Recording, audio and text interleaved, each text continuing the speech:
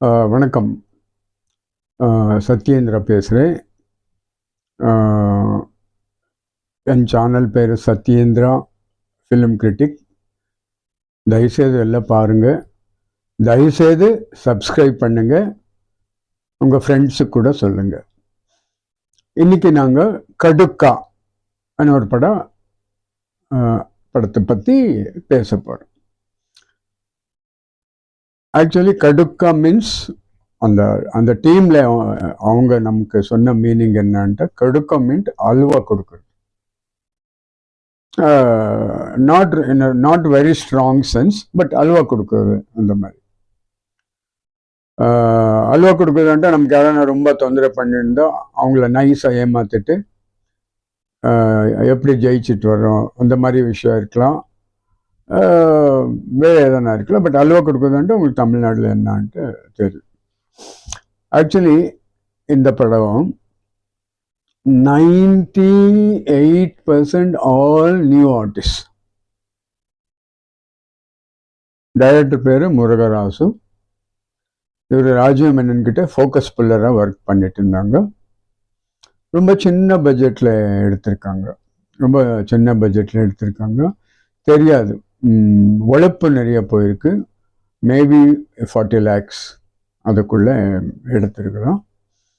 இவங்களுக்கு தனஞ்சயன் ரொம்ப சப்போர்ட் பண்ணிட்டுருக்காரு.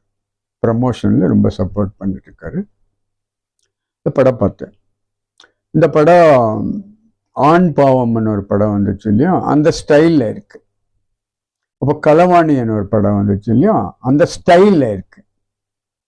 ஒரு படம், ஒரு பொண்ணு ஒரு கிராமத்தில் அவளை ஃபர்ஸ்ட் ஒருத்தர் லவ் பண்ணிட்டு இருப்பான். ஒரு சோம்பேறி, எங்கேயோ வேலைக்கு போகாமல் அவள் பின்னாடி சுற்றுறது, பார்க்குறது, பேசுறது அப்படி பண்ணிட்டு இருப்பான். பட் ஆனால் அந்த பொண்ணுக்கு அவள் பிடிச்சி போச்சு. அதுக்குள்ளே அதே கிராமத்தில் இன்னொரு பையன், அவனும் அவளை லவ் பண்ணுறான். ஸோ இவங்க 2 பேருக்கும் ப்ராப்ளம் வந்துடும். 2 பேரும் இந்த பொண்ணு தான் லவ் பண்ணுறாரு. இந்த பொண்ணு எனக்கு 2 பேரும் வேண்டாம் அன்ட்டு அவங்க அப்பா அம்மா வேற யாரை கட்டி கொடுக்குறாரு. கல்யாண மண்டபத்துலேருந்து இந்த பொண்ணு ஓடி வந்துடும். அதுக்கப்புறம் என்ன நடந்துச்சுன்றது தான் கதை. ஆக்சுவலி இந்த கதையில் யாரானா ப்ரொடியூசர் கிட்ட போய் சொன்னால், இதெல்லாம் என்ன கதை, யாரானா பார்க்குறாங்களோ அந்த மாதிரி இருக்குது. ஆனால் இந்த படம் ரொம்ப ரொம்ப நல்லா கொண்டு போயிருக்காங்க. ரொம்ப ஃப்ரெஷ்ஷான டைலாக்ஸ், ரொம்ப ஃப்ரெஷ்ஷான ஹியூமர். ஏதோ ஒரு டைலாக் அங்கே கேட்டோம் இங்கே கேட்டோம் அந்த மாதிரி ஒன்றும் கிடையாது. வர்பல் டைலாக் கிடையாது. இந்த நக்கல் அடித்து பேசுகிற டைலாகோ அந்த மாதிரி டைலாக் எல்லாம் கிடையாது. டைலாக்ஸ் எல்லாம் ரொம்ப பவர்ஃபுல்லாக இருக்குது. ப்ரொடக்ஷன் ரொம்ப சின்னதாக இருக்குது. வெரி ஸ்மால் பட்ஜெட்டில் பண்ணியிருக்காங்க. 95% எல்லாம் நியூ ஆர்டிஸ்ட், எக்ஸப்ட் சந்திரான்னு ஒரு ஆர்டிஸ்ட்டு. கூத்துப்பட்டில் அவர் ரொம்ப ஃபேமஸ். பட் அந்த சந்திரா பெரிய பெரிய தமிழ் ஹீரோஸ்க்கு அப்பாவா நடிச்சிருக்காங்க. ஸோ சந்திரா நிறைய பேருக்கு தெரியாததுனால எல்லாரும் இதில் 100% நியூ ஆர்டிஸ்ட் அப்படின்னு சொல்கிறாரு. சந்திராவுக்கு ஒரு நல்ல கேரக்டர்.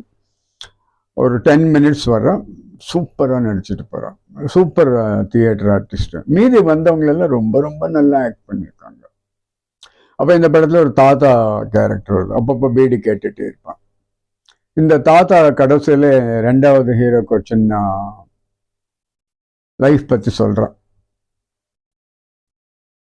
நான் இப்படி நல்லதாக இருந்தேன், என் பொண்டாட்டி யாரோட ஓடி போயிட்டான். நான் இன்னும் அவள் நினைவிலே வாழ்ந்துட்டு இருக்கிறேன், அவன் நல்லா இல்லை போதும் அப்படின்னு ஒரு சின்ன கதை சொல்கிறாரு. ஸோ இந்த சின்ன கதை தான் இன்டர்வல் மேலே கதையாக ஒரு டர்னிங் பாயிண்ட்டாக வந்துடும்.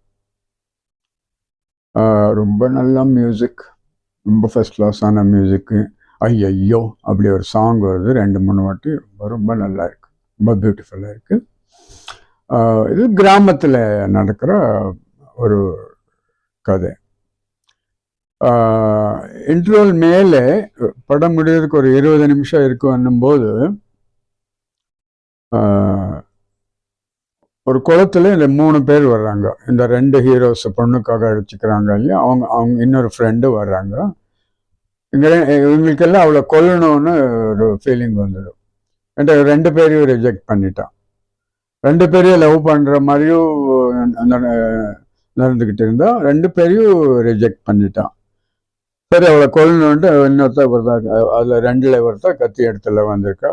அந்த கத்தி எடுத்து தண்ணி குளத்துக்குள்ளே இப்படி தூக்கி போடுறாரு. அங்கே ஒரு பிஜிஎம் மியூசிக் இருக்கு. ஈவன் ஏஆர் ரஹ்மான் பண்ண முடியாது, அந்த அளவுக்கு நல்லா இருக்கு அந்த பிஜிஎம். நான் 2வது வாட்டி படம் பார்த்தேன்.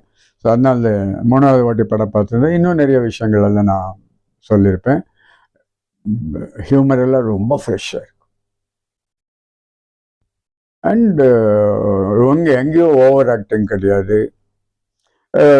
கேமராவில் ரொம்ப மினிமமாக இருக்குது. பட் இந்த மாதிரி படத்துக்கு ரொம்ப கேமரா ஹைடெக் எல்லாம் யூஸ் பண்ணும் அந்த மாதிரி ஒன்றும் தேவையில்லை. டைலாக்ஸ் எல்லாம் ரொம்ப பவர்ஃபுல்லாக இருக்கும், ரொம்ப பவர்ஃபுல்லாக இருக்கும். சப்ஜெக்ட் நிறைய மெசேஜஸ் சொல்லுது இந்த படம் சப்ஜெக்ட். ஆக்சுவலி நீங்கள் பார்த்தா ஒரு சுமாரான அழகி ஒரு பொண்ணுன்னு வச்சுக்கலாம், இன்னொன்று ஒரு பயங்கரமான அழகின்னு வச்சுக்கலாம். ஸோ என்ன ப்ராப்ளம்ன்றா, ஒரு சுமாரான அழகிக்கு அவளுக்கு ஒரு 16-17 வயசு ஆகிட்டா, அவள் வீட்டு விட்டு ரெகுலராக வெளியே போயிட்டு இருந்தா மினிமம் ஒரு 5 லவர்ஸ் இருப்பாங்க. கம்ப்யூட்டர் கிளாஸுக்கு போனான்ட்டு அங்கே ஒரு லவரு, காலேஜில் ஒரு லவரு, டியூட்டோரியலில் ஒரு லவரு, ஸ்போர்ட்ஸ் செக்ஷனில் எங்கேயான போனால் அங்கே ஒரு லவரு, லைப்ரரியில் டெய்லி போயிட்டு இருந்தால் அங்கே ஒரு லவரு. ஸோ இந்த மாதிரி ஒரு அழகான பொண்ணுன்னா ஒரு 5 பேர் நேசிச்சுட்டே இருப்பாங்க. ஸோ இந்த பொண்ணுக்கு அந்த 5 பேரையும் கண்ட்ரோல் பண்ணது ரொம்ப கஷ்டமா இருக்கு. இது நேச்சுரலா எந்த ஒரு அழகான பொண்ணுக்கும் நடக்கிற விஷயம். ஸோ அந்த மாதிரி இந்த பொண்ணுக்கும் அந்த 2 பேரும் லவ் பண்ணிருக்குது. அவங்கள எப்படி சமாதானம் பண்ணும், என்ன பண்ணும் போராட்டத்தில் தான் இந்த பொண்ணு இருக்கிறோம். கடைசியில் டக்குனி லக்ன பத்திரிக்கை அடிக்கிறாங்க. வேற ஏதோ ஊரில் இன்னொரு மேரேஜ் அவங்க அப்பா அம்மா ஃபிக்ஸ் பண்ண மாதிரி. அவன் அந்த மண்டபத்திலேருந்து ஓடி வந்து போலீஸ் ஸ்டேஷனில் கதை சொல்கிறான். இந்த மாதிரி போகிறது. அதுக்கப்புறம் அந்த ஊர் விட்டு அடுத்த ஊருக்கு போயிட்டு இருக்கும்போது கடைசியில் காலேஜுக்கு பஸ்ஸில் போயிட்டு இருக்கும்போது யாரோ ஒரு ப்ரொஃபஸர் மாதிரி இருப்பான். அவன் கையெடுத்து தொட மேலே வச்சுட்டு இருப்பான். அதோட படம் முடியுது. பட் இந்த படத்தில் ஒரு பொண்ணு எப்படி அவ்வளோ ப்ரொடெக்ட் பண்ணிக்கணும், ஒரு அழகான பொண்ணானா எந்த மாதிரி எத்தனை ப்ராப்ளம்ஸ் எல்லாம் வரும், எத்தனை பேர் லவ் பண்ணுறாரு, அவ்வளோ ஸ்டேட் ஆஃப் மைண்ட் என்ன, அந்த மாதிரி விஷயங்கள் ரொம்ப நல்லா பண்ணியிருக்காங்க. ஒரு ஜோக் மட்டும் ரொம்ப அருமையாக இருக்கு. இவன் தூக்கு போடுவான் ஒன் ஆஃப் தி ஹீரோ. அவங்க அம்மா எல்லாம் போய் திட்டு கதை தட்டு எல்லாம் கடைசியில் ஒரு லேடி வருது. லேடி வந்து அவளுக்கு தானே ஒரு பெரிய கேரக்டர் கொடுக்கலான்னு நினச்சிருப்பாங்க. அவள் இவனை திட்டி அந்த கயிறு இருக்குமே, சூசைட் பண்ணிக்கிறப்ப கயிறு மேலே கட்டிருப்பாங்க. அது பார்த்துட்டு உனக்கு எங்கேயும் இல்லாத கயிறு என் வீட்டு கயிறே கிடச்சிதா, துணி காய போடுது அப்படி சொல்கிறான். அந்த ஜோக் ஒர்க் அவுட் ஆகல. அந்த ஜோக் சொல்றதுக்காக அந்த கேரக்டர் வந்திருக்கும், அந்த மாதிரி இருக்கு. அதர்வைஸ் விஷுவல் காமெடி தான். But actually tragedy. அந்த மாதிரி சுச்சுவேஷனில் நாங்கள் இருந்து அது ரொம்ப பெரிய ட்ராஜடியாக தெரியுது. அந்த 2 ஹீரோஸ் இருக்காரு இல்லையா, அவங்க பார்வையில் பார்த்தா கூட அது ஒரு பயங்கரமான ட்ராஜடி. அந்த பொண்ணு நிலைமையில நாங்கள் நின்றுட்டு பார்த்தா கூட அது ஒரு பயங்கரமான ட்ராஜடி. கடைசியில் அந்த பொண்ணு சொல்லிட்டு போகிறான், நம்ம சிங்கத்தில் நாங்கள் சர்க்கஸை பார்க்குறோம், நாங்கள் சிங்கத்தோட பழகிறது தான் சர்க்கஸ் ஒரு டைலாக் சொல்லிட்டு போகிறோம்.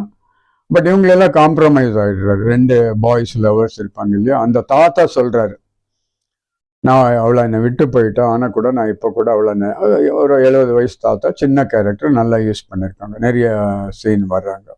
எல்லாம் கிராமத்து ஆர்டிஸ்ட் தான். ரொம்ப ஃபேமஸோ அப்படியெல்லாம் கிடையாது. பட் எல்லாம் ரொம்ப நேச்சுரலாக பண்ணியிருக்காங்க. சின்ன படம் தான், 2 hours 10 minutes நினைக்கிறேன். ரொம்ப நல்ல ஸ்க்ரீன் பிளே. நான் பார்த்த தியேட்டரில் ஒரு 5 நிமிஷத்துக்கு ஒரு வாட்டி எல்லாம் சிரிச்சுட்டே இருந்தார். ஸோ நான் அப்படி உட்காந்து பார்த்த தியேட்டரில் நிறைய சிரிச்சது நான் பார்த்ததே கிடையாது. அதுக்கு மேலே இது ஒரு ஐ திங்க் கோயம்புத்தூர் டைலக்ட்னு நினைக்கிறேன். எல்லாம் அந்த டைலக்டில் அழகாக பேசுகிறாரு. ரொம்ப நல்ல தமிழ் தெரியாதவனுக்கு இந்த படம் கொஞ்சம் கஷ்டம், புரியுது கஷ்டம். இல்லை அந்த டைலக்ட், அந்த வட்டார வழக்கு இருக்கு இல்லையோ, அது தெரியாமல் இந்த படம் கொஞ்சம் புரியுது கஷ்டம். நான் சப்டைட்டில்ஸோட பார்த்தேன். எனக்கு ஒரு 80-85% தான் புரிஞ்சிச்சு. நிறைய என்கிட்ட படத்தில் கிட்ட இந்த பழமொழின்னு சொல்கிறோம் இல்லையோ, அந்த மாதிரி ஒரு 18 பழமொழி இருக்குது. அது எனக்கு தெரியல, படம் பார்த்தா இன்னொருத்தர் சொன்னார். அது ஒரு 18 பழமொழி வந்துட்டே இருக்கும். அதெல்லாம் ரொம்ப நியாயமான இடத்துல நல்லதாக வந்துட்டு எனக்கு ஒரு 2-3 புரிஞ்சிச்சு. அதெல்லாம் ரொம்ப நல்லா யூஸ் பண்ணியிருக்காங்க. எங்கேயும் அறிவறுப்பு கிடையாது. சாங்ஸ் ஒன்றும் ஐயையோ அந்த மாதிரி ஒரு சாங் இருக்குது. அது ரொம்ப நல்லா இருக்குது. அது கொஞ்சம் காமிக்கல் சாங் தான், பட் சிச்சுவேஷனுக்கு ரொம்ப சூப்பராக இருக்குது. தேவா 2 பாட்டு பாடியிருக்காங்க, ரொம்ப நல்லா இருக்குது.